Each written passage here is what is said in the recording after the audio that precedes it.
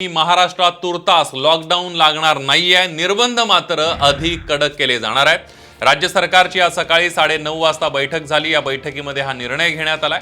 मुख्यमंत्र्यांना याबद्दल कळवलं गेलंय। त्यांचा ग्रीन सिग्नल मिळाल्यावर निर्णयावर शिक्कामोर्तब होणार आहे। आपण बघितलं की लोकांना एक धास्ती होती, लॉकडाऊन लावलं जाणार का की निर्बंध कडक केले जाणार। मात्र राज्यावरचं लॉकडाऊन काही काळासाठी टळलेलं आहे। मात्र नागरिकांनी या सगळ्यामध्ये आता कोरोनाच्या या काळामध्ये काळजी घेणं अतिशय महत्त्वाचं आहे। मास्क लावले पाहिजेत, सोशल डिस्टन्सिंग ठेवलं पाहिजे, सॅनिटायझेशन केलं पाहिजे, तरच लॉकडाऊन पासून आपली सुटका होऊ शकते।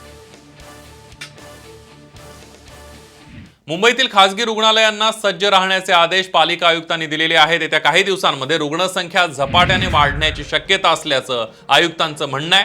मुंबईमध्ये काल 10,860 कोविड पॉझिटिव्ह रुग्ण आढळलेत आणि पुढील 5 ते 7 दिवसांमध्ये हा आकडा दुप्पट होण्याची शक्यता आहे। अंदाजे 10 ते 12% रुग्ण दररोज लक्षणं आढळत आहेत, हे लक्षात येत आहे। रुग्णालयातील खाटांची आवश्यकता आता झपाट्याने वाढण्याची शक्यता आहे। झोपडपट्टी नसलेल्या भागातून 95% पेक्षा जास्त रुग्ण आढळून येत असल्यानं फक्त खासगी रुग्णालयांमध्ये खाटा शोधण्याची प्रचंड मागणी आहे। कोविड जम्बो हॉस्पिटल आणि बीएमसी हॉस्पिटलमध्ये जाण्यास रुग्ण नाखुश असल्याचं सुद्धा दिसतंय।